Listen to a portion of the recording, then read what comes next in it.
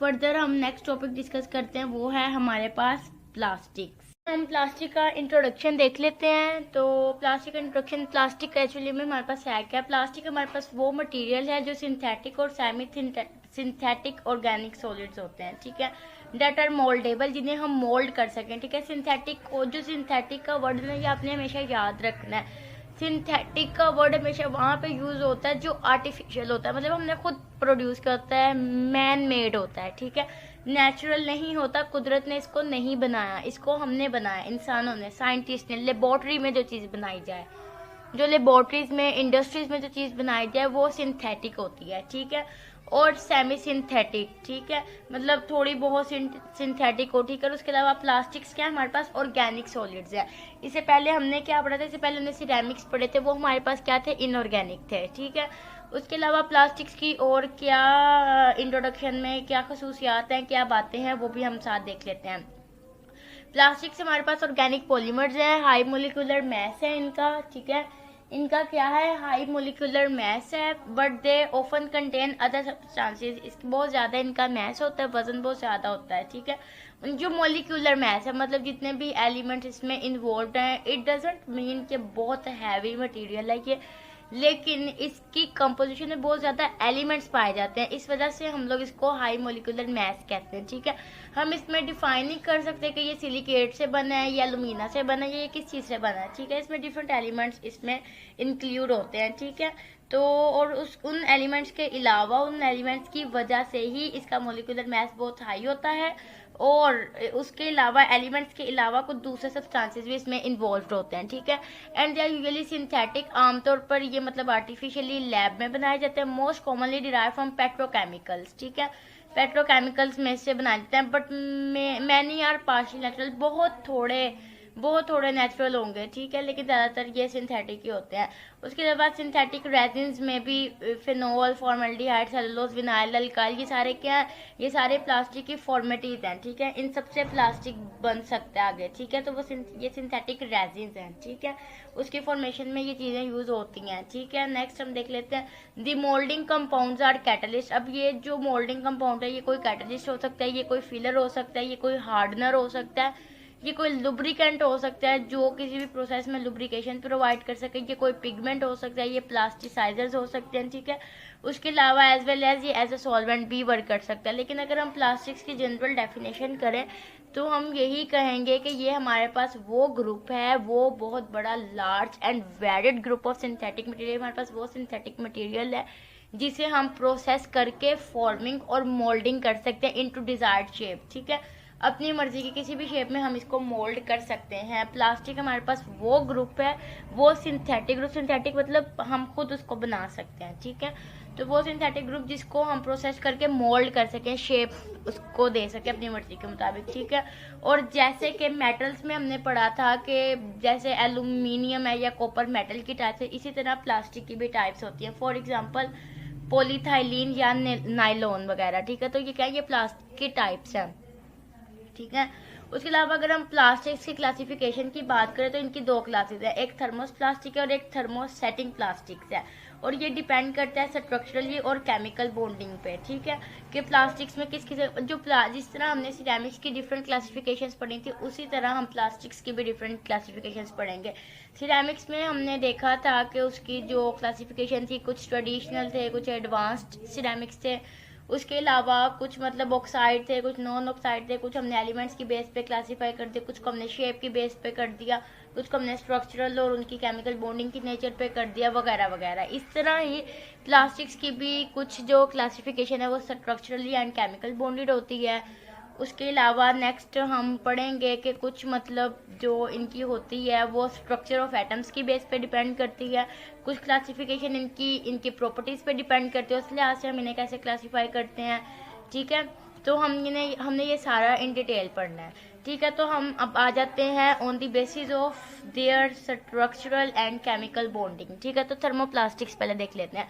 Thermoplastics हमारे पास वो plastic है जो कि हम सॉफ्ट कर सकते हैं, उन्हें बाय हीटिंग मतलब मेल्ट कर सकते हैं, और वो हार्ड हो जाते हैं by cooling any number of times. हम जितनी बार मर्जी उसको ठंडा करें या जितनी बार मर्जी उसको गर्म करें, ठीक है, उसकी प्रॉपर्टीज चेंज नहीं होंगी without changing into their properties, वो मतलब चेंज हो जाएंगी, ठीक है। हीट करेंगे तो वो मेल्ट हो जाएगी, सॉफ्टेंड हो जाएगी, ठीक है। और अगर हम उसको कूल करेंगे जितनी टाइम मर्जी कर लें, ठीक है, वो हार्ड हो जाएगी। ये थर्मोप्लास्टिक्स होते हैं। उसके अलावा ये भी पॉसिबल है कि इनकी हम शेप को बार बार रीशेप कर दें। हमने इसको शेप दी, ठंडा कर लिया, उसके बाद हमने इसे मेल्ट किया जब, तो उसके बाद हमने उसकी शेप चेंज कर दी, तो वो क्या हो गया, वो रीशेप हो गया, ठीक है। तो हम इसको हीट और प्रेशर के जरिए रीशेप भी कर सकते हैं। और उसके अलावा इसका एक सबसे बड़ा एडवांटेज ये है कि plastics is that scrap obtain from old and worn out pieces, worn out articles.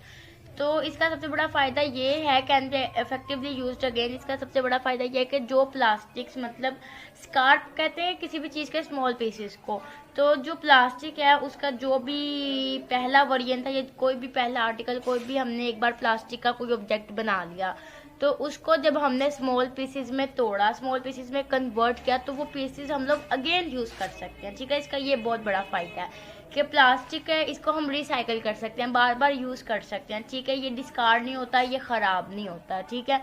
हम इसको मतलब पिघला के या इसको ठंडा करके हम इसे, फॉर एग्जांपल चले, हमारे पास एक प्रोडक्ट था प्लास्टिक का, हमने उसे पिघलाया, रीशेप किया, हम उसको पहले जैसा तो वैसे नहीं बना सकते, लेकिन हम ये नहीं कहेंगे कि अब ये नकार है, ये वेस्ट है, हमारे किसी काम का नहीं। नो, हो सकता है हम उसे कोई और बेनिफिशियल काम ले लें, कोई और बेनिफिशियल ऑब्जेक्ट बना लें, कोई और ऐसी चीज़ बना लें जो हमारे लिए करामत साबित हो, ठीक है। तो वो पीसीस भी कभी भी वेस्ट नहीं जाते उनको यूज़ करते हुए, बल्कि इफेक्टिवली हम उनको यूज़ कर सकते हैं, ठीक है।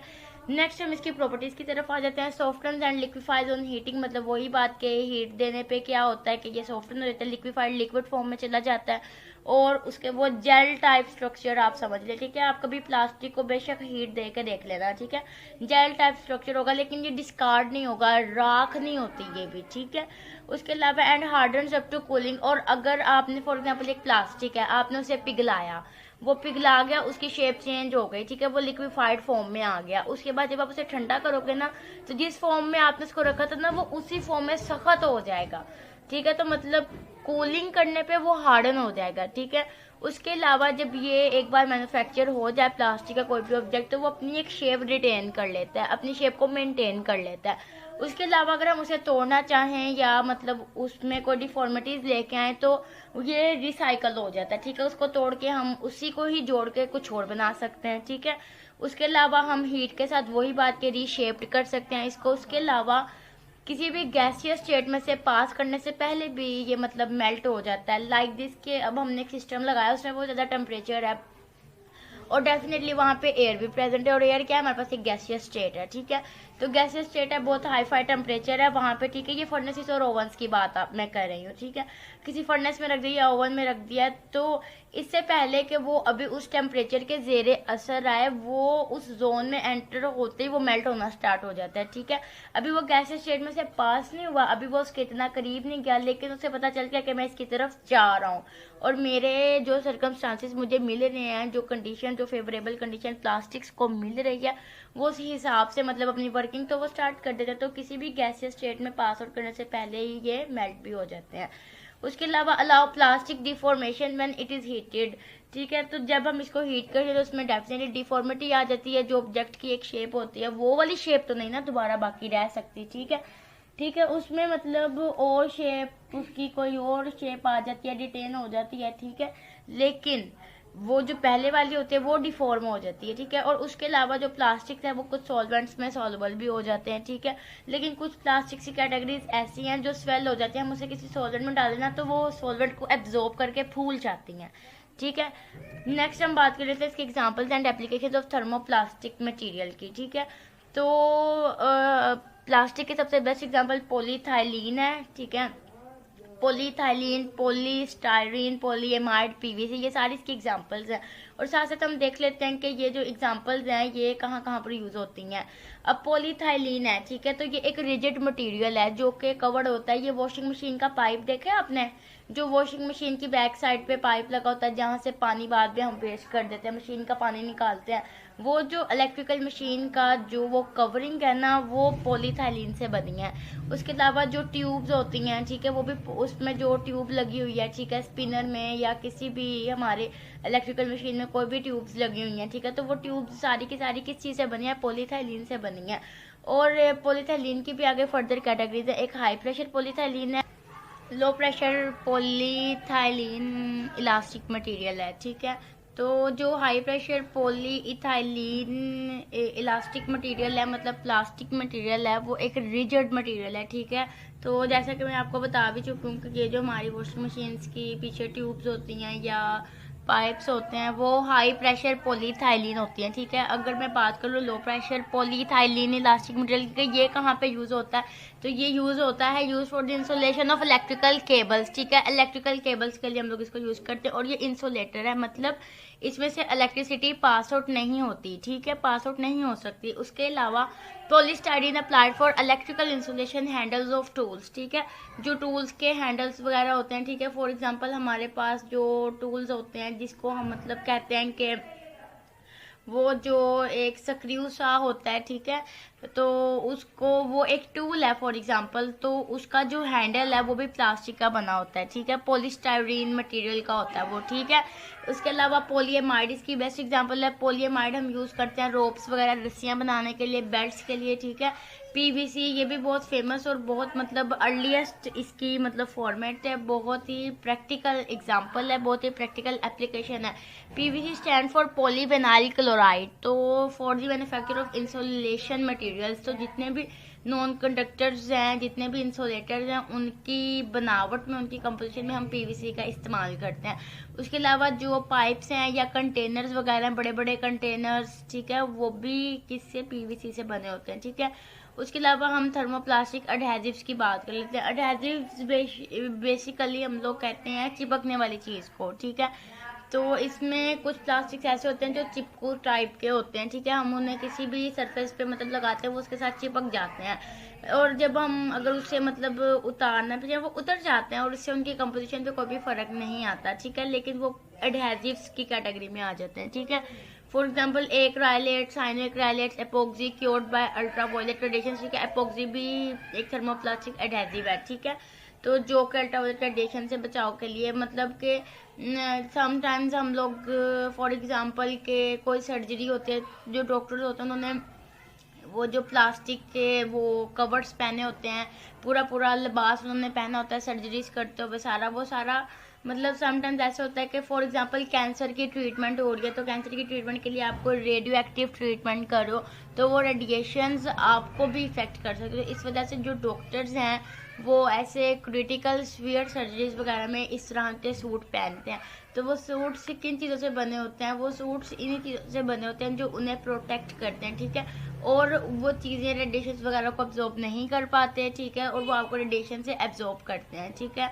अल्ट्रावायलेट रेडिएशन हो गई, उसके अलावा और भी डिफरेंट रेडिएशन है, मैंने बस यहाँ पे अल्ट्रावायलेट का जिक्र किया। उसके अलावा एक्राइलेट्स क्योर्ड बाय अल्ट्रावायलेट रेडिएशन, इसका मतलब यह है कि वो जो मटेरियल है ना, वो मटेरियल एक्राइलेट से बना है, ठीक है, कि जो एस्ट्रोनॉमर्स हैं वो एस्ट्रोनॉमर्स जाते हैं, ठीक है, स्पेस में जाते हैं, स्पेस में सूरज है, वहाँ पे अल्ट्रावायलेट रेडिएशन बहुत हार्मफुल हैं, ठीक है। ज़मीन पे तो लेस हार्मफुल होके आती है ना, तो लेकिन वहाँ पर तो बहुत ज़्यादा मतलब हार्मफुल हैं, ठीक है। तो वहाँ पे बहुत ज़्यादा हार्मफुल होने की वजह से, अच्छा जी, वहाँ पे बहुत ज़्यादा हार्मफुल हैं, तो इस वजह से वो वहाँ पे जो उनके ड्रेसेस होते हैं वो इस चीज़ की कंपोजिशन से होते हैं, ताकि प्लास्टिक के ड्रेसेस वो पहन के जाते हैं ताकि अल्ट्रावायलेट रेडिएशन से वो खुद को महफूज रख सकें। अल्ट्रावायलेट रेडिएशन के अलावा मैंने आपको बताया कि ये और भी रेडिएशन के लिए इस्तेमाल होता है, जैसे हमने कोई भी डिजीज़ की थेरेपी, मैंने कैंसर की एग्जाम्पल दी, उसमें भी हम लोग ये थर्मोप्लास्टिक एडहेजिव्स का यूज़ कर सकते हैं। जो वो लिबास है, जो वो हमारा मतलब है सिस्टम एक, वो सारे का सारा वो मतलब उसकी कंपोजिशन है ना, कि उस सर्जिकल यूनिफॉर्म की जो कंपोजिशन है वो किस चीज़ पर डिपेंड करती है, तो वो इन मटेरियल्स से बनी हुई है, ठीक है। नेक्स्ट हम बात कर लेते हैं सेकंड टाइप ऑफ प्लास्टिक्स की, थर्मोसेटिंग प्लास्टिक्स की, ठीक है।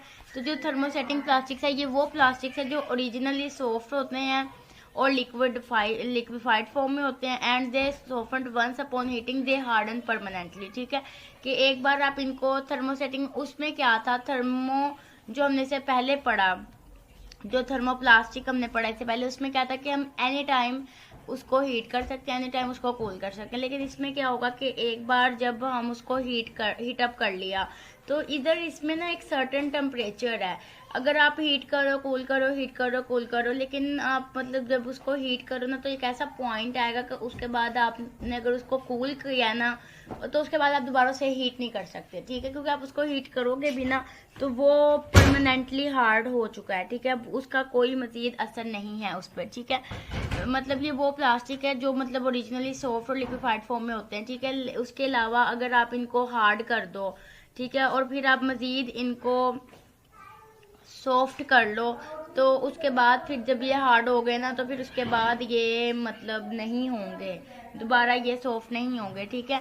मतलब आप इन्हें when they are heated in the temperature of 127 degree centigrade to 177 degree centigrade, जब आप इन्हें एक बार हीट कर लो अबाउट टेम्परेचर ऑफ 127 से लेके 177 तक, दे सेट परमानेंटली, ठीक है, तो वो फिर परमानेंटली उनका एक टेम्परेचर हो जाएगा and further application of heat does not alter. अब आप इसे ज़्यादा जितना मर्जी टेम्परेचर उसको दे दो वो मतलब सॉफ्टन नहीं होगा, ठीक है, बस इतना ही सॉफ्टन होगा, but at the temperature of about 343 degree, ठीक है। तो 343 डिग्री टेम्परेचर पे चेयरिंग अकर्स, फिर चेयरिंग कहते हैं पार्शियली बर्न, मतलब ना फिर इसकी सरफेस काली होनी स्टार्ट हो जाती है, ठीक है, सॉफ्ट नहीं होगा। एक तो है ना कि आपने उसे हीट दी वो लिक्विफाइड फॉर्म में सॉफ्टन होना शुरू हो गया, लेकिन अब उसका एक मखसूस टेम्परेचर है, सर्टेन टेम्परेचर है, उस टेम्परेचर के बाद क्या होगा कि चेयरिंग प्रोसेस स्टार्ट होगा। चेयरिंग प्रोसेस कहते हैं पार्शियली बर्न, ठीक है, स्लाइटली बर्न। तो जब वहाँ पे बर्निंग स्टार्ट हो जाएगी तो डेफिनेटली वो सरफेस को ब्लैकन्स कर देगी, ठीक है। और उसके अलावा थर्मोसेटिंग प्लास्टिक्स जो हैं ये ड्यूरेबल, स्ट्रॉन्ग और हार्ड होते हैं, ठीक है। ड्यूरेबल बोलते हैं पायदार चीज़ को, ठीक है, पायदार होते हैं, डेफिनेटली हार्ड होते हैं, परमानेंटली हार्डनेस इनकी प्रॉपर्टी है, तो इस वजह से ये ड्यूरेबल होते हैं, पायदार होते हैं। उसके अलावा ये डिफरेंट कलर्स की वैरायटी में भी हमें मिल जाते हैं, ब्यूटीफुल कलर्स में, ठीक है। और उसके अलावा ज़्यादातर ये यूज़ होते हैं इंजीनियरिंग के एप्लीकेशंस में, ठीक है, मतलब इंडस्ट्रियल लेवल वगैरह पे। नेक्स्ट हम बात कर लेते हैं प्लास्टिक की प्रॉपर्टीज़ की। तो आपको पता है कि मेनली इसकी जो प्रॉपर्टीज़ हैं, सॉरी प्लास्टिक, ये वैसे तो प्लास्टिक की कैटेगरी ही है, प्लास्टिक में थर्मोसेटिंग प्लास्टिक की हम कैटेगरी की बात कर लेते हैं। अभी हमने पढ़ा कि ये परमानेंटली हार्ड हो जाता है अगर हम इसे एक मखसूस टेम्परेचर के बाद हीट दें तो उस पर फ़र्क नहीं पड़ता, ठीक है। फिर वो मतलब उसके बाद उसकी जो भी शेप रिटेन हो गई है वो मतलब परमानेंट उसकी शेप रहेगी, परमानेंटली हार्ड रहेगा, ठीक है। उसके अलावा मैन्युफैक्चरिंग के दौरान हम उसे डिफरेंट केमिकल चेंजेस उसमें कर सकते हैं और उसके अलावा फिर ये मज़ीद मेल्ट नहीं होगा और ना ही हम उसको रीशेप कर सकेंगे, ठीक है, इसको। और उसके अलावा ये रिसाइकलिंग भी फिर कम ही होगा। हमने थर्मोप्लास्टिक्स में पढ़ा था ना कि जो इससे पहले कैटेगरी पढ़ी कि उसका जो स्कैर्प होता है बार बार उसके जो पीसेस भी होते हैं हम उसको दोबारा से इफेक्टिवली यूज़ कर सकते हैं, लेकिन थर्मोसेटिंग में ऐसा सीन नहीं है। ये एक बार हार्ड हो गया तो उसके बाद ये इसमें रिसाइकलिंग की भी बहुत कम गुंजाइश बचती है। हम इसकी एग्जांपल की बात कर लेते हैं, पॉलिएस्टर फाइबर्स, ठीक है, पॉलिएस्टर फाइबर ग्लास सिस्टम, ठीक है। तो ये जो शीट्स बनाई जाती हैं, ठीक है, शीट्स या ये जो भी मोल्डिंग कंपाउंड्स है ये सारे के सारे क्या हैं, ये पॉलिएस्टर फाइबर्स हैं, ठीक है। उसके अलावा पॉलीयूरिथेन्स है, तो जितने भी ये इंसुलेटिंग फोम्स हैं, मैट्रेसेस हैं, कोटिंग्स हैं, एडेसिव्स हैं, ये सारे के सारे क्या हैं, ये मतलब जो भी चिपकाने वाली चीज़ें हैं या जो भी कोटिंग्स हम लोग करते हैं, ये जो भी हमारे प्रिंट रोलर्स हैं, शूज सोल, इवन के जूते का सोल भी, ये भी प्लास्टिक है। और ये कौन सा प्लास्टिक है, थर्मोसेटिंग प्लास्टिक है, ठीक है। और थर्मोसेटिंग प्लास्टिक में ये किस कैटेगरी के एग्जांपल में आता है, किस एप्लीकेशन में आता है, पॉलीयूरिथेन्स में, ठीक है। और इसके अंदर पॉलीयूरिथेन एक्चुअली हम बनाते हैं दो या दो से ज़्यादा फंक्शनल मोनोमर्स या ओलिगोमर्स को करके इकट्ठा करके, ठीक है। ये चीज़ तो आपको पता है कि मोनोमर्स मिलके एक बहुत बड़ा पॉलीमर बना देते हैं, पॉली मतलब मैनी बहुत बड़ी चीज़, ठीक है। तो ये पॉलीयूरिथेन्स है, ठीक है। तो इसका मतलब है कि छोटे छोटे ये मोनोमर्स मिलके आपस में एक पॉली चीज़ बना दी, बड़ी चीज़ बना दी, जिसे क्या नाम दे दिया, पॉलीयूरिथेन्स। तो इस पॉलीयूरिथेन्स में दो मोनोमर्स भी हो सकते हैं और दो से ज़्यादा भी हो सकते हैं, ठीक है। नेक्स्ट हम बात कर लेते हैं ये वुल्केनाइज्ड रबर, इनकी प्रॉपर्टी है, ठीक है। वुल्केनाइज्ड रबर क्या है, वुल्केनाइज्ड रबर होती है रबर की वो type that has been harden through the use of heat. इसको हीट दे के हमने इतना सख्त कर दिया ना कि ये वुल्केनाइज्ड बन गया है, ठीक है। मजीद हीट बेयर नहीं करेगा। ये सारी की सारी हम थर्मोसेटिंग की प्रॉपर्टीज डिस्कस कर रहे हैं साथ। थर्मोसेटिंग हमें पता चल गया ये वो प्लास्टिक है जिनका एक सर्टेन टेम्परेचर फिक्स्ड है, और उसके अलावा हमने इसकी फर्दर प्रॉपर्टी देखी, एक बार हार्ड हो जाता है, ठीक है। उसके अलावा हमने इसकी डिफरेंट एग्जांपल्स अब तक देख लेंगे, पॉलिएस्टर फाइबर और पॉलीयूरेथेन्स और वुल्केनाइज्ड रबर है। नेक्स्ट हम देख लेते हैं बेकलाइट। बेकलाइट का दूसरा नाम poly oxy benzyl methyl glycol anhydride, ठीक है। बेकलाइट का दूसरा नेम क्या है? बेकलाइट का दूसरा नेम है पॉलीऑक्सी बेंजाइल मिथाइल ग्लाइकोल एनहाइड्राइड, ठीक है। एनहाइड्राइड उस चीज को बोलते हैं जिसमें वाटर नहीं होता, ठीक है, नॉन वाटर होता है वो, ठीक है। तो बेकलाइट एक्चुअली में ये एक हार्ड प्लास्टिक की किस्म है, और पहले वक्तों में ये टेलीफोन और रेडियोस वगैरह बनाने के लिए यूज होती थी, ठीक है। और आज के दौर में जो एडवांस्ड बेकलाइट है ये है एक्चुअली, इसकी जो कंपोजिशन है वो ये एक फिनोल फॉर्मिंग कंपाउंड है, फिनोल फॉर्मेल्डिहाइड रेजिन है, जो कि इलेक्ट्रिकल इंसुलेटर्स के लिए यूज होता है, ठीक है, और प्लास्टिक वेयर्स के लिए भी, ठीक है। और उसके अलावा नेक्स्ट एप्लीकेशन की हम बात कर लेते हैं, वो है यूरिया फॉर्मेल्डिहाइड फोम, ठीक है। ये यूज होता है प्लेवुड में। तो प्लेवुड एक्चुअली क्या है? प्लेवुड लकड़ी की ही एक किस्म है, लेकिन ये वो मतलब लकड़ी है जिससे शीट्स बनाई जाती हैं, ठीक है। जैसे कि वुडी वॉलपेपर्स हम लोग अपने घरों में लगाते हैं, ठीक है, दीवार में टाइल्स वगैरह की जगह आजकल लोग ये वुडी वॉलपेपर्स यूज कर रहे हैं, शीट्स यूज कर रहे हैं, तो उसे आप बोलते हो प्लेवुड, जो कि स्ट्रक्चरल मटेरियल का रोल प्ले करती है, ठीक है। सीमेंटेड और सीमेंट को और शीट्स ऑफ वुड, लकड़ी की शीट्स को और सीमेंटेड को आप टुगेदर कंबाइन करके प्लेवुड बनाते हो, ठीक है। तो प्लेवुड के लिए यूज होती है। उसके अलावा पार्टिकल बोर्ड हम लोग यूज करते हैं फर्नीचर के लिए, जस्ट फॉर डेकोरेशन, ठीक है। और उसके अलावा एक मीडियम डेंसिटी फाइबर बोर्ड होता है, ठीक है। ये जो फाइबर बोर्ड है ना, ये एक्चुअली में फाइबर बोर्ड नहीं है, ये फायर बोर्ड होता है, ठीक है। तो मीडियम डेंसिटी मतलब के दरमियाने से इसकी डेंसिटी होती है, इसे हम MDF बोलते हैं, मीडियम डेंसिटी फाइबर बोर्ड, ठीक है।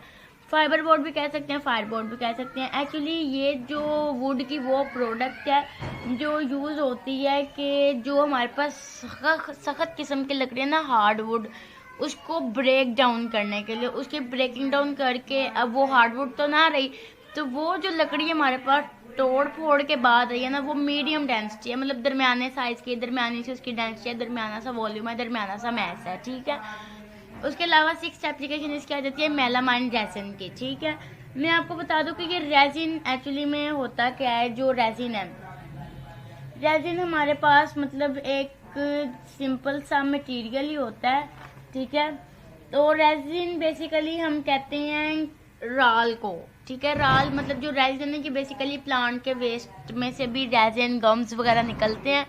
अब वो प्लांट के लिए वेस्ट है, लेकिन ये रेजिन्स और गम्स हमारे लिए बेनिफिशियल है, हम इससे बहुत कुछ बना सकते हैं।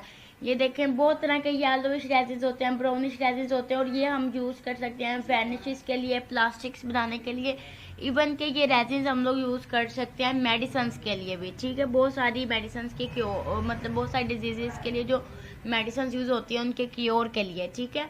मेलामिन रेजिन्स, एपोक्सी रेजिन्स वगैरह, ठीक है। उसके अलावा नेक्स्ट एप्लीकेशन, और ये जो मेलामिन रेजिन है ये यूज होती है वर्कटॉप सरफेसेस के लिए, ठीक है, ऊंचे दर्जे के काम के लिए हम लोग इस रेजिन को यूज करते हैं। नेक्स्ट हम बात कर लेते हैं एपोक्सी रेजिन की, ठीक है। जो एपोक्सी रेजिन है ना, एपोक्सी रेजिन हम लोग यूज करते हैं as a matrix component in many fibre reinforce plastics, ठीक है। बहुत सारे मतलब एडिशनल फोर्सेस वगैरह को यूज करते हुए हम जो भी ग्लास वगैरह बनाते हैं, जो भी ग्रेफाइट वगैरह बनाते हैं, तो उसमें जो रेजिन इस्तेमाल होता है वो एपोक्सी रेजिन है। नेक्स्ट मैं बात कर लेती हूँ इसकी नेक्स्ट टाइप ऑफ क्लासिफिकेशन की। जैसे कि मैंने आपको पहले बताया कि फर्स्ट हमने क्लासिफिकेशन पढ़ी होती basis of their structural and chemical bond, वो थी थर्मोप्लास्टिक्स एंड थर्मोसेटिंग प्लास्टिक्स, ठीक है। अब हमने बात करनी on the basis of structure of atoms, ठीक है। तो according to their classification the plastics are divided into 2 groups, 2 groups के प्लास्टिक्स इसमें होंगे, एक होमोजेनस और एक हेट्रोजेनस। जो होमोजेनस प्लास्टिक्स हैं ये वो वैरायटी है प्लास्टिक के जो जिसमें कार्बन चेन होती है, ठीक है। मतलब होमो मीन सेम, तो इसमें जितनी भी चेन है सब में कार्बन एटम लाजमी मतलब मौजूद है। तो ये सारे का सारा सिर्फ इसमें कार्बन एटम कंपोज्ड हुआ है, ठीक है। तो जो कार्बन एटम सिर्फ कार्बन एटम है वो होमोजेनस प्लास्टिक्स है, और कोई दूसरी कैटेगरी है जिसमें कार्बन ऑक्सीजन के साथ मिली हुई है, या कार्बन के साथ नाइट्रोजन और कुछ दूसरे एलिमेंट्स भी हैं लाइक सल्फर, फॉस्फेट, कैल्शियम वगैरह, इस तरह सिलिकेट्स वगैरह, इस तरह मतलब अदर एलिमेंट्स इसमें आ जाते हैं, तो वो है हेट्रोजीनियस। हेट्रो मतलब डिफरेंट एंड होमो मतलब सेम। नेक्स्ट हम बात कर लेते हैं इसकी classification on the basis of physical and mechanical properties. तो इस बेस पे हम इसे 4 ग्रुप्स में कैटेगराइज करते हैं। एक रिजिड प्लास्टिक होते हैं सख्त किस्म के, ठीक है, हाई स्ट्रेस होता है, हाई उनकी मॉडुलस ऑफ इलास्टिसिटी होती है। मॉडुलस ऑफ इलास्टिसिटी में ऑलरेडी आपको बता चुकी कि जब भी किसी चीज़ पे स्ट्रेस अप्लाई होता है, ठीक है, तो जब भी किसी चीज़ पे स्ट्रेस मतलब अप्लाई होता है तो उसमें डिफॉर्मिटी आ जाती है, ठीक है, वो तोड़ फोड़ का वो शिकार हो जाता है, ठीक है।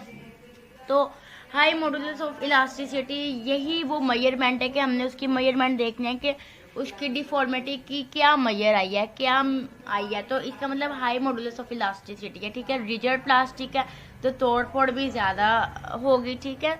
And they retain their shape, और इनकी shape under exterior stress applied at normal और मॉडरेटली इंक्रीज टेम्परेचर, ठीक है। नॉर्मल टेम्परेचर पे या आहिस्ता आहिस्ता अगर हम मॉडरेटली इसका टेम्परेचर इंक्रीज करें तो उसके टेम्परेचर के इंक्रीज करने के साथ साथ हम अगर उसके ऊपर बाहर से कोई एक्सटर्नल स्ट्रेस लगाते हैं, कोई फोर्स लगाते हैं, कोई कुव्वत लगाते हैं, तो फिर भी वो क्या करती है कि अपनी शेप को रिटेन करने की कोशिश करती है, ठीक है।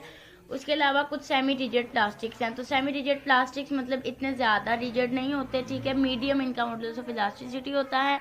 और उसके अलावा अंडर प्रेशर जब हम इसके ऊपर से प्रेशर रिमूव कर देते हैं तो इसकी जो इलोंगेशन हो रही होती है ना वो भी डिसअपियर हो जाती है, ठीक है। नेक्स्ट है सॉफ्ट प्लास्टिक्स।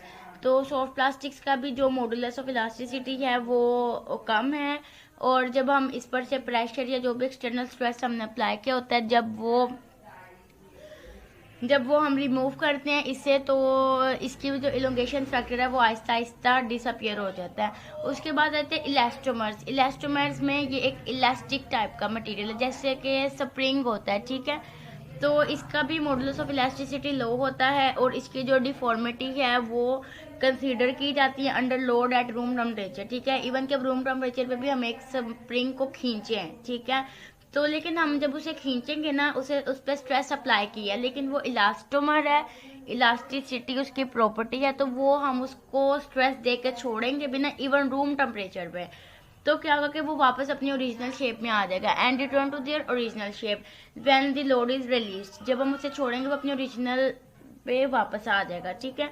उसके अलावा the extension can range up to 10 times their original dimension. उनकी जो ओरिजिनल डायमेंशन है ना उसमें 10 गुना लचक पाई जाती है, ठीक है। बट एक पॉइंट ऐसा भी आता है कि जब हम अब ये डायमेंशन उसकी बता दी कि 10 गुना बस हम उसको तंग कर सकते हैं, लेकिन एक पॉइंट ऐसा आएगा कि हम उसको अगर इतना एक्सटेंड कर दें, इतना एक्सपैंड कर दें, इतना स्ट्रेच्ड कर दें कि वो वापस अपनी हालत में आने के काबिल ही नहीं रहेगा, ठीक है। उसकी लिमिट्स क्रॉस हो जाएंगी, हम स्प्रिंग को खींची जाए एक वक्त आएगा वो पूरा खुल के हमारे सामने आ जाएगा, ठीक है, डिफॉर्म्ड हो जाएगा। इवन कि ये सारी एक्टिविटी हम रूम टेम्परेचर पे भी कर सकते हैं, तो उसका कोई फ़ायदा नहीं है, ऐसे उस बेचारे को हमने ख़राब कर दिया फिर, ठीक है। लेकिन अब उसको उतना ही छेड़ें कि वो अपनी असली हालत को ना खोए, वो अपने होश ना खोए, ठीक है। नेक्स्ट हम इसकी प्रॉपर्टीज़ की बात कर लेते हैं, ठीक है। कॉमन सी प्रॉपर्टीज़ हैं, ईजी हैं, कोई इतनी मुश्किल भी नहीं है, तो हम इसकी प्रॉपर्टीज़ की बात कर लेते हैं। तो हम फर्स्ट प्रॉपर्टी की बात कर लेते हैं। They are light in weight, मतलब ये वेट में लाइट होते हैं, ठीक है, वेट में लाइट होते हैं, और उसके बाद इनमें गुड रेजिस्टेंस होती है, ठीक है, किसी भी केमिकल के लिए, ठीक है। और उसके अलावा इनमें हाई इलेक्ट्रिकल स्ट्रेंथ होती है, उसके अलावा इनमें गुड क्रोजिव रेजिस्टेंस होती है, उसके अलावा प्लास्टिक्स को आप मोल्ड कर सकते हो अपने डिजायर्ड शेप और साइज में। उसके अलावा ये ट्रांसपेरेंट भी होते हैं और इनमें कलर्स भी होते हैं, ठीक है। उसके अलावा ये मेटल्स की निस्बत थोड़े चीप हैं, सस्ते हैं। उसके अलावा जितने भी ऑपरेशन हैं, ठीक है, प्लास्टिक पे हो सकते हैं, ड्रिलिंग हो सकती है, साइंग हो सकती है, पंचिंग हो सकती है, तो ये सबके सब मतलब हो सकती है। सॉइंग मतलब काटना, आप प्लास्टिक को काट भी सकते हो, ड्रिलिंग मतलब आप इसमें सुराख भी कर सकते हो, ठीक है। पंचिंग आप इसके ऊपर फोर्स वगैरह भी अप्लाई कर सकते हो, ठीक है। उसके अलावा पेंटिंग और पॉलिशिंग की इसको जरूरत नहीं है, ठीक है। लाइक हम लकड़ी का कोई फर्नीचर लेके आते हैं, क्या होता है कि हमें उसे पॉलिश करवाना पड़ता है 20-25 साल बाद, ठीक है, पॉलिशिंग होती है, ठीक है। लड़कियों को हम लोग जहेज वगैरह देते हैं तो क्या होता है कि शादी के 20-22 साल चले इनफ अर्सा है वैसे, तो कोई भी चीज़ ताहयात तो फिर नहीं ना रहती, ठीक है। लेकिन प्लास्टिक आपकी वो चीज़ है कि अगर आप इसको सही से यूज़ करते रहें तो ये लाइफ टाइम तक आपके साथ चलेगी, ठीक है। लेकिन अगर आप इसके साथ पंगे लेंगे, लापरवाही करेंगे, इधर उधर रख देंगे, जलने के लिए छोड़ देंगे, ऐसे कर देंगे वैसे कर देंगे, तो फिर डेफिनेटली जब किसी चीज़ की केयर नहीं होगी तो क्या होगा कि वो चीज़ हमसे दूर हो जाएगी, ख़राब हो जाएगी, ठीक है, बर्बाद हो जाएगी। तो लेकिन वैसे इसका एक फ़ायदा है कि हमें इसे बार बार पॉलिश नहीं करवाना पड़ता, ठीक है। उसके अलावा प्लास्टिक्स में एक्सीलेंट इलेक्ट्रिक इंसुलेटिंग प्रॉपर्टीज भी होती हैं, ठीक है। ये इलेक्ट्रिसिटी को अपने से पास आउट नहीं होने देता। उसके अलावा इसकी स्पेसिफिक ग्रेविटी बहुत लो होती है, 1.3 to 1.40, something lies in between them, ठीक है। इसी के बीच में ही इनकी स्पेसिफिक ग्रेविटी लाई करती है 1.3 से 1.4 तक, ठीक है। नेक्स्ट हम बात कर लेते हैं प्लास्टिक के एडवांटेजेस और डिसएडवांटेजेस की, ठीक है। तो प्लास्टिक का एडवांटेज ये है कि इसका जो भी फिनिश्ड प्रोडक्ट है, हमारे पास एंड प्रोडक्ट आया है, हम उसको भी मजीद मोल्ड कर सकते हैं। उसके अलावा इसकी कॉस्ट भी बहुत लो होती है एज कम्पेयर टू अगर हम वुड और मेटल की कोई भी चीज़ है उसको अगर हम मोल्ड वगैरह करने की कोशिश करें तो उसके ऊपर हमें हैवी मशीनरी लगानी पड़ती है, हैवी फैब्रिकेटिंग कॉस्ट आ जाती है उस पर, ठीक है। फैब्रिकेट कहते हैं गढ़ना, मतलब कि कोई ऐसा प्रोसेस कि हम किसी कंपोनेंट के पार्ट्स को क्रिएट करना चाह रहे हैं, ठीक है, किसी भी प्रोडक्ट को स्ट्रक्चर देना चाह रहे हैं, ठीक है। तो उसमें ये एक बहुत बड़ा और एक टफ और एक कॉस्टली फैब्रिकेटिंग का प्रोसेस हो जाता है, ठीक है। लेकिन प्लास्टिक्स को फैब्रिकेटिंग की जरूरत नहीं होती, ठीक है। तो और ये इजीली फैब्रिकेट हो जाते हैं, अगर फैब्रिकेट की जरूरत हो भी तो इजीली हो जाते हैं, ठीक है, अगर आपने इसको मोल्ड वगैरह करना हो, ठीक है। मोल्डिंग क्या है, फैब्रिकेटिंग ही है, ठीक है। प्लास्टिक्स का भी डेफिनेटली कोई ना कोई स्ट्रक्चर तो है ही है। तो ये इजी टू फैब्रिकेट हैं, ये इलेक्ट्रिसिटी के नॉन कंडक्टर हैं, वेट में भी लाइट हैं, इनको जंग भी नहीं लगता जैसे मेटल को या आयरन को लग जाता है। उसके अलावा इनकी high strength to weight ratio है। उसके अलावा ये केमिकल्स को भी रेजिस्ट करते हैं। हम इसकी डिसएडवांटेजेस की बात कर लेते हैं। एक तो इसमें मॉडुलस ऑफ इलास्टिसिटी बहुत कम है, ठीक है, मतलब ये इसमें मॉडुलस ऑफ इलास्टिसिटी बहुत कम है, ठीक है। और उसके अलावा मतलब ये कि ये इतना काबिल एतमाद नहीं है, देर पाब है लेकिन ये इतना काबिल एतमाद रिलायबल नहीं है with respect to the weathering, ठीक है। वेदरिंग के हिसाब से ये इतना रिलायबल नहीं है, अदरवाइज ये बहुत अच्छा मटेरियल है, ठीक है, मेटल्स और वुड्स की निस्बत, ठीक है। नेक्स्ट हमारा टॉपिक है फर्टिलाइजर्स। तो हम देख लेते हैं कि फर्टिलाइजर्स क्या, हम इसका पहले कर लेते हैं इंट्रोडक्शन। तो जिस तरह ह्यूमंस को ज़रूरत होती है प्रॉपरली खुराक की ताकि वो हेल्दी रह सके, so plants also need certain nutrients to grow properly. Plants को भी कुछ न्यूट्रिएंट्स चाहिए प्रॉपरली ग्रो करने के लिए, ठीक है। तो सूरज, पानी, मिट्टी, इसके अलावा प्लांट्स के और भी न्यूट्रिएंट्स होते हैं, ठीक है। तो हम देख लेते हैं कि उनकी ग्रोथ जल्दी हो सके, ठीक है, बड़ी अच्छी प्रॉपर हेल्दी ग्रोथ हो सके, ठीक है। अब हम देखते हैं कि फर्टिलाइजर एक्चुअली में है क्या। Fertiliser is a substance added to the soil to improve plants growth, ठीक है। फर्टिलाइजर वो सब्सटेंस है जो हम सॉइल में ऐड करते हैं ताकि प्लांट उससे अपने न्यूट्रिएंट्स ले सके। हम सॉइल में ही क्यों ऐड करते हैं, हम सॉइल में बच्चे इसलिए ऐड करते हैं क्योंकि जो प्लांट है उसकी जो रूट्स है ना, बेसिकली प्लांट अपनी फूड, अपना वाटर, सब कुछ अपने रूट्स के जरिए लेता है। हमने प्लांट्स में जाइलम फ्लोएम टिश्यूज पढ़े थे। जाइलम टिश्यूज प्लांट का वाटर सिस्टम देखता है और फ्लोएम टिश्यूज उसका फूड सिस्टम देखता है। तो लेकिन ये सारे का सारा किसके थ्रू होता है, रूट्स के जरिए, ठीक है। और रूट्स आपको पता है सॉइल में होते हैं, इस वजह से हम पौधों में सॉइल में पानी डालते हैं ताकि वो रूट्स उसको एब्जॉर्ब करके प्लांट की हर टिप तक, हर पार्ट तक पहुंचा सके। इसी तरह हमने अगर प्लांट को कोई न्यूट्रिएंट प्रोवाइड करना है, कोई भी स्प्रे वगैरह करना है, कुछ भी करना है, तो हम ओवरऑल प्लांट को करें या ना करें, लेकिन रूट्स पे सॉइल में करेंगे तो उसका बहुत ज्यादा इफेक्ट है, वो उतनी जल्दी उसको एब्जॉर्ब करेगा और उतनी जल्दी उसको ग्रोइंग स्टेज में लेके जाएगा, ठीक है। बेसिकली फर्टिलाइजर वो नेचुरल सब्सटेंस है जो, अब तो वैसे हम आर्टिफिशियली भी सिंथेटिक फर्टिलाइजर्स भी आ गए हैं मार्केट में, लेकिन नेचुरली सब्सटेंस एक फिनोमेना है कि नेचुरली कि कोई एक नेचर है उसकी कि केमिकली हम उसे एक सब्सटेंस ऑयल को प्रोवाइड करते हैं, ठीक है, ताकि लैंड की फर्टिलिटी, उसकी जरखेजी भी इंक्रीज हो, ठीक है, और उसके अलावा प्लांट को उसके न्यूट्रिएंट्स भी मिले। तो फर्टिलाइजर्स वो फूड सप्लीमेंट है, प्लांट्स के लिए है, ठीक है। कभी आपने एनिमल फर्टिलाइजर सुने? हम इंसानों को जरूरत है फर्टिलाइजर्स की? नो, हम इंसानों को जरूरत नहीं है फर्टिलाइजर्स की, ठीक है। ये सिर्फ प्लांट्स को जरूरत है ताकि प्लांट्स उससे अपने न्यूट्रिएंट्स हासिल कर सके, ठीक है। लेकिन हमारे फर्टिलाइजर्स ये हमारी खुराक है, ठीक है। फॉर एग्जांपल हम ड्राई फ्रूट्स ले रहे हैं, फॉर एग्जांपल हम कार्बोहाइड्रेट्स ले रहे हैं, प्रोटीन ले रहे हैं, तो ये हमारे फर्टिलाइजर्स हैं। लेकिन प्लांट के फर्टिलाइजर जरा डिफरेंट टाइप के हैं, तो वो हम देख लेते हैं। तो ये कॉन्सेप्ट आपका क्लियर हो जाना चाहिए कि फर्टिलाइजर एक्चुअली में हमारे पास व्हाट इज फर्टिलाइजर। फर्टिलाइजर हमारे पास वो मटेरियल है, एनी मटेरियल, नेचुरल और सिंथेटिक। नेचुरल भी हो सकता है, आर्टिफिशियल भी हो सकता है, जो कि सोइल को हम प्रोवाइड करते हैं ताकि वो प्लांट के टिश्यूज को सप्लाई करे, ठीक है, और प्लांट के जितने भी एक से ज्यादा न्यूट्रिएंट्स हैं वो उनको फुलफिल कर सके। नेक्स्ट, फर्टिलाइजर्स के जो मेजर कंपोनेंट्स हैं वो 3 हैं, नाइट्रोजन, फास्फोरस एंड पोटाशियम, ठीक है। तो फर्टिलाइजर्स के आगे टाइप्स हैं, कुछ कंप्लीट होते हैं, कुछ इनकम्प्लीट है। मतलब कुछ फर्टिलाइजर्स हैं उनमें ये तीनों पाए जाते हैं, नाइट्रोजन, फास्फोरस और पोटाशियम। कुछ फर्टिलाइजर्स हैं उनमें 2 होते हैं, एक नहीं होता, मतलब नाइट्रोजन फास्फोरस होता है, पोटाशियम नहीं होता। फॉर एग्जांपल पोटाशियम या फास्फोरस होता है, नाइट्रोजन नहीं होता। फॉर एग्जांपल सिर्फ फास्फोरस ही होता है, नाइट्रोजन और पोटाशियम नहीं होता। तो ये कंप्लीट वर्सेस इनकम्प्लीट, ठीक है। तो वो फर्टिलाइजर जिसमें ये रेशियोज दी हैं, for example 10-10-10, it's mean that के हमारा जो फर्टिलाइजर है उसमें 10% ही नाइट्रोजन है, 10% ही फास्फोरस है, 10%, मतलब कोई ना कोई अमाउंट में तीनों चीजें प्रेजेंट है। कम ज्यादा की तो बात की बात है ना। तो वो फर्टिलाइजर क्या है, कंप्लीट है। और वो फर्टिलाइजर जिसमें ये तीनों प्राइमरी न्यूट्रिएंट्स नहीं मौजूद, वो क्या है, इनकम्प्लीट। 20-0-0 की रेशियो आप देखें, एग्जाम्पल में 20-0-0, इसमें 20 मतलब नाइट्रोजन तो है, फास्फोरस 0, पोटाशियम 0, तो फिर ये क्या है, इनकम्प्लीट। इस तरह सेकंड एग्जाम्पल देखें, 0-20-0, इसमें नाइट्रोजन क्या है, 0, पोटाशियम क्या है, 0, तो ये भी क्या है, इनकम्प्लीट। थर्ड एग्जाम्पल में देख लें, 12-0-44, उसमें फास्फोरस क्या है, 0, ठीक है। उसके अलावा फर्टिलाइजर किस फॉर्म में होता है, ग्रेन्युलर फॉर्म में हो सकते हैं, ठीक है, दानेदार, ठीक है। तो हम उसे सॉइल में दानों को बिखेर देते हैं और वो वाटर सोल्यूबल होते हैं। हम दाने बिखेर के ऊपर से सॉइल में पानी डाल देते हैं, वो वाटर में एब्जॉर्ब हो जाते हैं, और जैसे जैसे प्लांट वाटर को एब्जॉर्ब करता है रूट्स के जरिए, वो साथ साथ फर्टिलाइजर उस तक पहुंच जाता है। पाउडर्ड फॉर्म में हम लोग ले सकते हैं, पाउडर्ड फॉर्म भी हम वाटर में डिसोल्व करके, ये लिक्विड फीडिंग इसको कहते हैं, ठीक है। और ये फॉइलेज है, फॉइलेज बोलते हैं कि वो फर्टिलाइजर का वो प्रोडक्ट जो मतलब हम डायरेक्टली प्लांट्स को मतलब प्रोवाइड कर सकते हैं। ये प्लांट लीव्स पे भी हम लोग मतलब प्रोवाइड कर सकते हैं, ये एक लिक्विड फीडिंग है। उसके अलावा कुछ फर्टिलाइजर्स लिक्विड फॉर्म में हमारे पास होते हैं, ठीक है, ये कंसंट्रेटेड फॉर्म होती है, ठीक है, इसे भी हम वाटर के साथ मिक्स करके ही प्लांट्स को प्रोवाइड करते हैं। नेक्स्ट, ये फर्टिलाइजर्स की क्लासिफिकेशन है, कुछ सैचुरेट होते हैं, कॉम्प्लेक्स होते हैं और मिक्स्ड होते हैं। जो मिक्स्ड फर्टिलाइजर्स है ना, वो सैचुरेट फर्टिलाइजर्स का ही मिक्सचर होता है, ठीक है।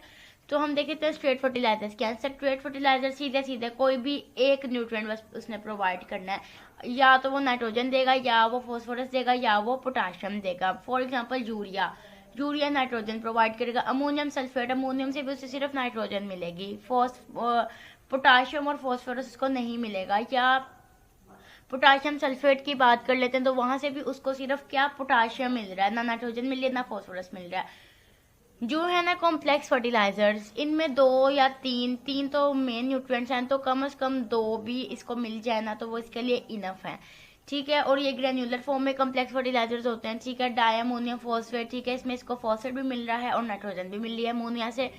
उसके अलावा सेकंड एग्जांपल देखें, नाइट्रोफॉस्फेट्स, नाइट्रोफॉस्फेट्स में भी उसको नाइट्रोजन भी मिल रही है और फॉस्फेट भी मिल रहा है। और नेक्स्ट एग्जांपल में अमोनियम फॉस्फेट, अमोनियम से उसको नाइट्रोजन भी मिल रही है और फॉस्फेट भी मिल रहा है। थर्ड हम बात कर लेते हैं मिक्स्ड फर्टिलाइजर्स की। मिक्स फर्टिलाइजर्स हमारे पास मिक्सचर है फर्टिलाइजर्स, स्ट्रेट फर्टिलाइजर्स का, लेकिन ये स्ट्रेट फर्टिलाइजर का मिक्सचर है, मतलब एक स्ट्रेट फर्टिलाइजर हमारे पास फॉर एग्जांपल यूरिया है, और एक स्ट्रेट फर्टिलाइजर हमारे पास फॉर एग्जांपल पोटाशियम क्लोराइड है। तो जब हम 2 स्ट्रेट फर्टिलाइजर्स को आपस में मिक्स करेंगे, जैसे कि मैंने अभी कहा कि यूरिया या अमोनियम सल्फेट को अगर हम मिक्स करें, ठीक है, तो या हम अमोनियम सल्फेट या पोटाशियम सल्फेट को आपस में मिक्स कर देते हैं। अमोनियम सल्फेट क्या है, एक स्ट्रेट फर्टिलाइजर है, पोटाशियम सल्फेट क्या है, एक स्ट्रेट फर्टिलाइजर है। तो अमोनियम सल्फेट और पोटाशियम सल्फेट मिलकर क्या बनाएंगे, एक मिक्स्ड फर्टिलाइजर। तो यहाँ से अमोनिया से नाइट्रोजन भी मिल रही है और पोटाशियम सल्फेट से उसको क्या मिल रहा है, पोटाशियम भी मिल रहा है। तो 2 मतलब मिनिमम 2 उसको मिल रहे हैं इंग्रेडिएंट्स, ठीक है। तो ये क्या होगा, मिक्स फर्टिलाइजर होगा। और मिक्स फर्टिलाइजर को हम मैनुअली भी बना सकते हैं और मैकेनिकली भी इनको मतलब मिक्स कर सकते हैं आपस में, ठीक है। उसके अलावा फर्टिलाइजर्स को हम लोग बेस कर सकते हैं on the categories of their primary plant nutrient concentration, ठीक है, कि जो हमारे फर्टिलाइजर्स है वो हमें कितनी मिकदार में नाइट्रोजन की कंसंट्रेशन दे रहे हैं, ठीक है।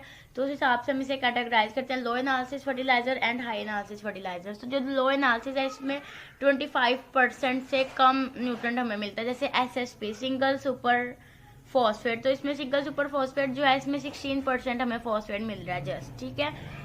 तो एक न्यूट्रिएंट मिल रहा है, ऊपर से मिल भी 16%, मतलब 25% से लेस मिल रहा है। सोडियम नाइट्रेट की बात कर ले तो इसमें से भी हमें नाइट्रोजन 16% मिली, मतलब 25% से लेस है। तो इट्स मीन डैट कि ये लो एनालिसिस फर्टिलाइजर है। उसके अलावा नेक्स्ट हम देख लेते हैं हाई एनालिसिस फर्टिलाइजर। इसमें कंटेंट जो है वो 25% से अबव है। यूरिया देख लें, यहाँ पे हमें नाइट्रोजन कंटेंट 46% मिल रहा है, 25% से अबव। एनहाइड्रस अमोनिया, ये वो अमोनिया की फॉर्म है जिसमें वाटर डिसॉल्व नहीं है। एनहाइड्रस का वर्ड हम यूज ही उसके लिए करते हैं जो नॉन वाटर होता है। इसमें हमें 82.2% सबसे ज़्यादा हमें इसमें मिल रही है इसकी, ठीक है। तो उसके अलावा हम अगर अमोनियम फॉस्फेट की बात कर ले तो इसमें से हमें अमोनियम में से नाइट्रोजन भी मिल रही है और फॉस्फेट भी मिल रहा है 20% और कलेक्टिवली ये 40% इसकी रेंज बन गई। तो हाई एनालिसिस फर्टिलाइजर्स जिनकी फर्टिलाइजर्स की परसेंटेज, उसमें जो प्राइमरी न्यूट्रिएंट्स हैं उनकी जो परसेंटेज है वो 25% से ज़्यादा होनी चाहिए।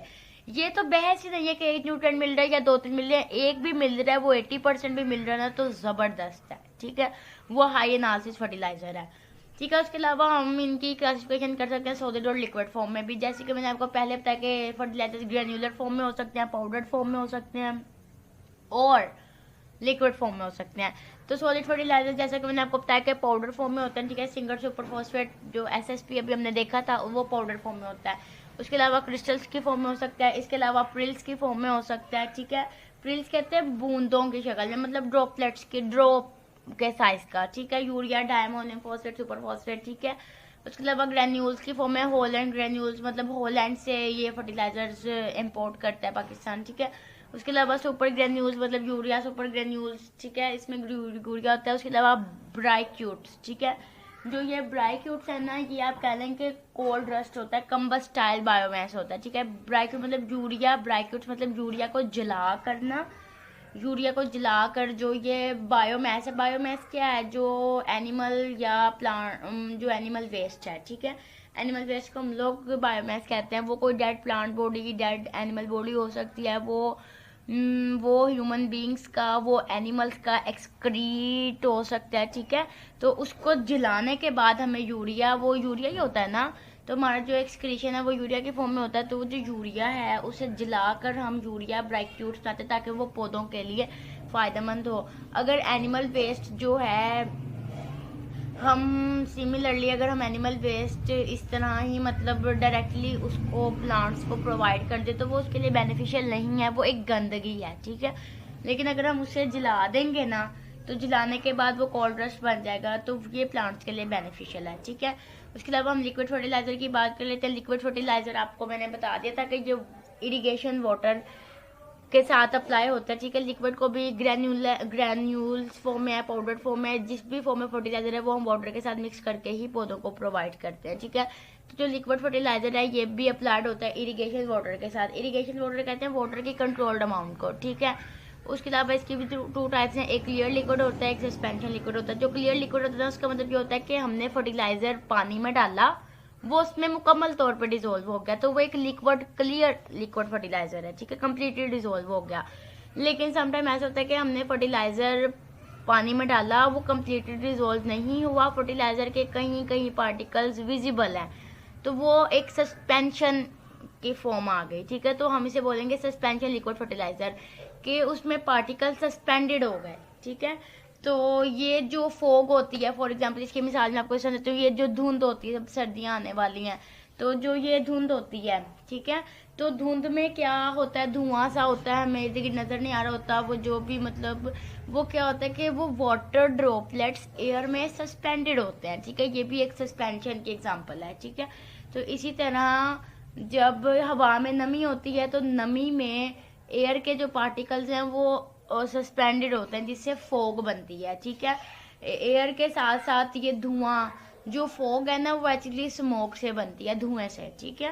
तो ठीक है। और जो स्मोक है ना, वो स्मोक और फोग का मिक्सचर है, मतलब धुएं और धुंध से स्मोक बनती है, ठीक है। और वो धुआं हमारे लिए नुकसानदेह है, ठीक है। लेकिन हम जस्ट इसको एज एग्जांपल कंसीडर कर लेते हैं, ठीक है। तो एज एग्जांपल ये सस्पेंड हो जाती है एयर में, ठीक है। तो हवा में सस्पेंड हो जाती है, तो ये एक सस्पेंशन की किस्म है कि पार्टिकल सस्पेंड हो गए। तो इसी तरह जब हम फर्टिलाइजर को वाटर, लिक्विड फर्टिलाइजर को वाटर के साथ मिक्स करते हैं, वो डिजोल्व हो भी सकता है और नहीं भी, उसके पार्टिकल्स हो सकते हैं सस्पेंड हो जाए। नेक्स्ट हम बात कर लेते हैं फर्टिलाइजर्स की नेचर। तो कुछ एसिड फॉर्मिंग फर्टिलाइजर होते हैं, कुछ बेसिक फॉर्मिंग फर्टिलाइजर। ये डिपेंड करते हैं हमने फर्टिलाइजर सॉइल में डाला, अगर उसने वहां पे एसिड के रेजिड्यू छोड़ दिए तो इट्स मीन डैट कि वो एसिड फॉर्मिंग फर्टिलाइजर है।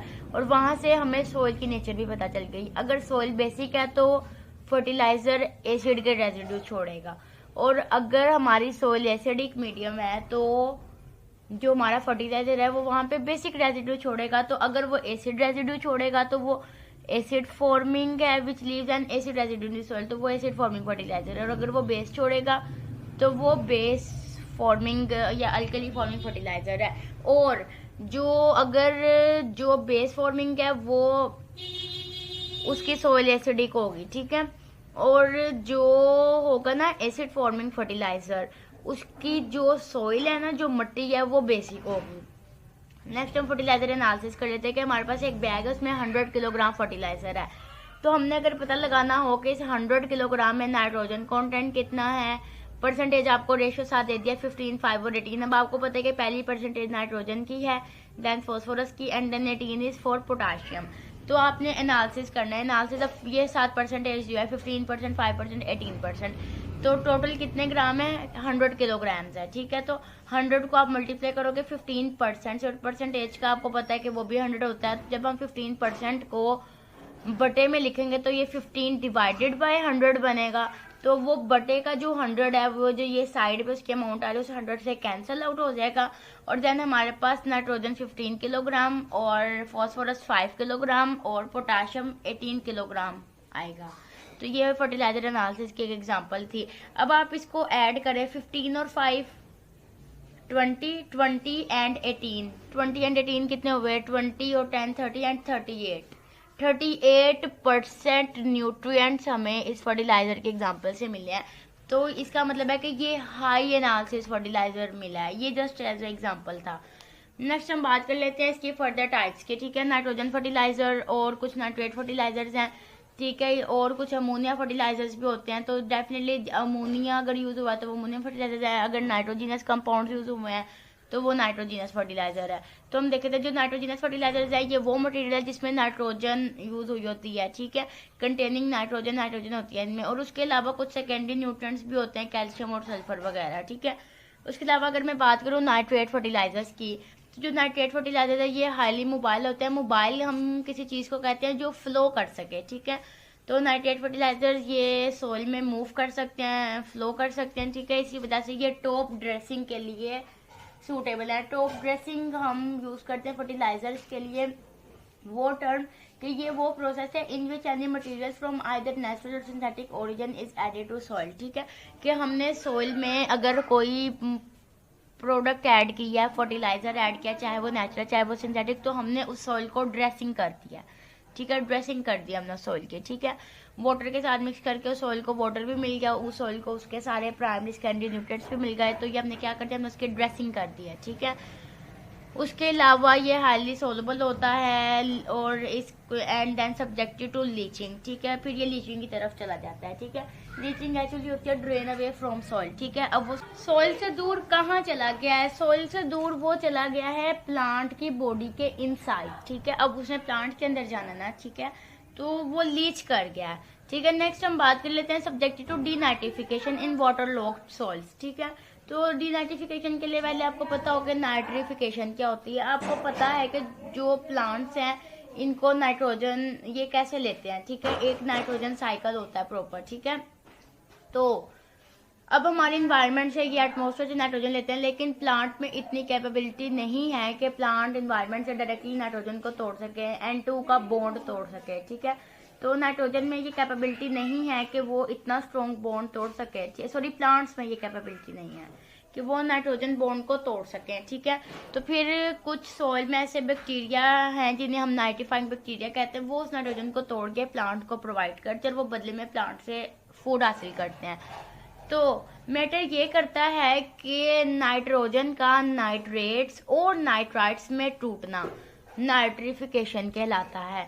और फर्दर जब प्लांट उसको यूज कर लेता है तो उसके बाद क्या होता है कि जब प्लांट ने नाइट्रोजन यूज कर ली तो उसके बाद अब प्लांट मर गया तो उसके अंदर से डेफिनेटली नाइट्रोजन, अब प्लांट ने एक मुद्दत पूरी कर ली, वो विल्ट हो गया, मुरझा गया, खत्म हो गया, अब वो डेड हो गया, तो उसमें से नाइट्रोजन न्यूट्रिएंट्स उसमें प्रेजेंट है, तो वो न्यूट्रिएंट्स क्या होंगे, वो वापस एटमॉस्फेयर में चले जाएंगे, ठीक है। तो ये प्रोसेस होता है डीनाइट्रिफिकेशन का, कि पहले नाइट्रोजन नाइट्रेट्स और नाइट्राइट्स में टूटी, वो था नाइट्रिफिकेशन। उसके बाद नाइट्रेट्स और नाइट्राइट्स दोबारा कन्वर्ट हो गया एटमॉस्फेरिक नाइट्रोजन में, तो ये प्रोसेस है डीनाइट्रिफिकेशन, ठीक है।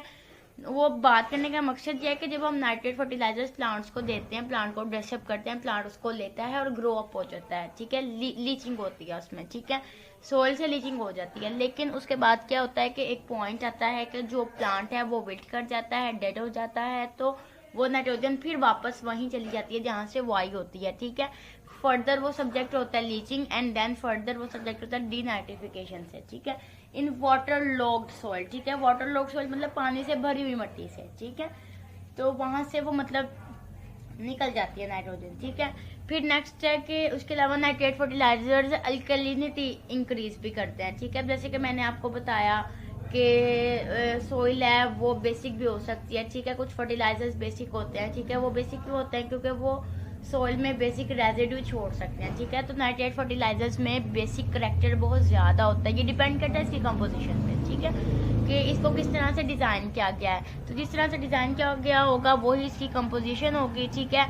तो फिर उसी तरह से फर्दर ये सोइल को रिस्पॉन्स करेगा, ठीक है, रेजिडुअल इफेक्ट देगा, ठीक है, रेजिडुअल इफेक्ट देगा। रेजिडुअल इफेक्ट का मतलब है कि वहाँ पे अपना रेजिड्यू छोड़ेगा, बेसिक रेजिड्यू छोड़ेगा, तो बेसिक रेजिड्यू छोड़ेगा, इसमें ऐड के सोइल आपके क्या एसिडिक, और इसकी बेस्ट एग्जांपल है sodium nitrate and calcium nitrate. Next हमारे पास कुछ अमोनिकल फर्टिलाइजर्स होते हैं, ठीक है, ये इजीली अवेलेबल होते हैं प्लांट्स के लिए और वाटर में भी रेडिली सोलुबल हैं, ठीक है, इनमें लीचिंग लॉसेस भी कम होते हैं, ठीक है, और ammonium ions are absorbed on clay complex में आयंस एब्जॉर्ब भी हो जाते हैं। उसके अलावा इनमें अल्कैलिनिटी मतलब बेसिक करैक्टर कम होता है, तो इट्स मीन दैट इनमें बेसिक करैक्टर कम है। इनमें बेसिक करैक्टर क्या था, नाइट्रेट फर्टिलाइजर्स में बेसिक करैक्टर ज़्यादा था, इंक्रीज था, इसमें क्या रिड्यूस हो जाता है, ठीक है। तो इसी वजह से दे आर एसिडिक, उनमें बेसिक करैक्टर कम है, तो डेफिनेटली ये क्या एसिडिक करैक्टर है, और अगर एसिडिक करैक्टर रखते हैं तो इट्स मीन डैट कि ये एसिड का रेजिड्यू छोड़ेंगे अपनी सॉइल में, ठीक है। Well suited to submerged soil, और मतलब वो उस सॉइल के लिए बेनिफिशियल भी है, ठीक है। इसके एग्जांपल है ammonium sulphate, ammonium chloride and hydrous ammonia. इसके अलावा कुछ नाइट्रेट एंड एमोनिकल फर्टिलाइजर्स होते हैं जो कि इजीली अवेलेबल होते हैं प्लांट्स को, ठीक है, इनमें भी लीचिंग लॉस कम होता है और इनमें भी अल्कैलिनिटी कम होती है, बेसिक करैक्टर कम होता है, तो डेफिनेटली ये भी क्या होंगे, एसिडिक। इनकी एग्जांपल है ammonium nitrate and calcium ammonium nitrate, ठीक है। नेक्स्ट हम बात कर लेते हैं कुछ अमाइड फर्टिलाइजर्स होते हैं और कुछ ऑर्गेनिक फर्टिलाइजर्स होते हैं, ठीक है, जैसे यूरिया वगैरह या कैल्शियम सियानाइड वगैरह, ठीक है। तो ये कुछ फर्टिलाइजर्स, एक टेबल आपको शो हो रहा होगा, उसमें कुछ फर्टिलाइजर्स दिए हुए हैं, तो फर्टिलाइजर्स में फर्दर उनकी न्यूट्रिएंट के फॉर्म भी दिए है कि इस फर्टिलाइजर से हमें ये न्यूट्रिएंट मिल रहा है, ठीक है, और उसमें नाइट्रोजन की परसेंटेज दी हुई है। आगे कुछ जो दूसरे जो माइनर मैंने आपको बताया था, समटाइम्स कैल्शियम सल्फर साथ होता है या पोटाशियम क्लोराइड वगैरह साथ, और फर्दर उनकी नेचर बताई हुई है, ठीक है। नेचर आपने अच्छी तरह डिस्कस कर लिया कि कुछ एसिडिक होते हैं, कुछ बेसिक होते हैं, ठीक है, कुछ न्यूट्रल भी हो सकते हैं, ठीक है। हम पढ़ लेते हैं KNO3, ठीक है, पोटाशियम नाइट्रेट, तो इसमें जो न्यूट्रिएंट है वो हमें नाइट्रेट की फॉर्म में मिलेगा, और नाइट्रेट से आपको पता है कि हमें नाइट्रोजन कंस्टिट्यूएंट 13.85 मिल रहा है। तो ये हाई फर्टिलाइजर एनालिसिस है या लो, ये लो फर्टिलाइजर एनालिसिस है, क्यों, क्योंकि इसकी परसेंटेज 25 से कम है। इसमें देखें कोई हाई एनालिसिस फर्टिलाइजर भी है, जी बिल्कुल है। 8th नंबर पे देखें हाईली हाइग्रोस्कोपिक फर्टिलाइजर है, ठीक है, NH4NO3, इसमें हमें नाइट्रोजन की परसेंटेज 33 से 35% मिल रही है, तो इट्स मीन डैट के ये हाई एनालिसिस फर्टिलाइजर है। उसके बाद नेक्स्ट एक एनहाइड्रस अमोनिया, ये भी हाई एनालिसिस फर्टिलाइजर है। यूरिया भी, ठीक है। CaCN2 अमाइड ये नहीं, ये लो एनालिसिस फर्टिलाइजर है। उसके बाद CAN अमोनिकल एंड नाइट्रेट देख लें, ठीक है। इसमें से हमें अमोनिकल, ठीक है, अमोनिया की परसेंटेज, अमोनिया से हमें नाइट्रोजन 25% मिल रही है, जबकि नाइट्रेट से हमें परसेंटेज 28% मिल रही है, ठीक है। तो ये तकरीबन 25 से कम तो नहीं है, तो इस वजह से 25 भी हो ना तो वो भी हाई एनालिसिस में ही आता है। और आगे उसकी नेचर दी है, कौन सा एसिडिक है कौन सा बेसिक है, ये मैं ऑलरेडी आपके साथ डिस्कस भी कर चुकी हूँ। और उसके अलावा कुछ और टाइप के भी होते हैं हमारे पास, ज़रूरी नहीं कि नाइट्रोजन पोटाशियम वगैरह ही हो। उसके अलावा कुछ हमारे पास फॉस्फेटिक फर्टिलाइजर्स भी होते हैं। फॉस्फेटिक फर्टिलाइजर्स हमारे पास होते हैं जिनमें फॉस्फोरस कंटेंट होता है, ठीक है। और फॉस्फोरस हमेशा P2O5 की फॉर्म में ही आपको मिलेगा, ठीक है। और ये साथ इसका एक कन्वर्जन फैक्टर दिया हुआ है। Thank you. आज का हमारा लेक्चर यहाँ पर वाइंड अप हो जाता है।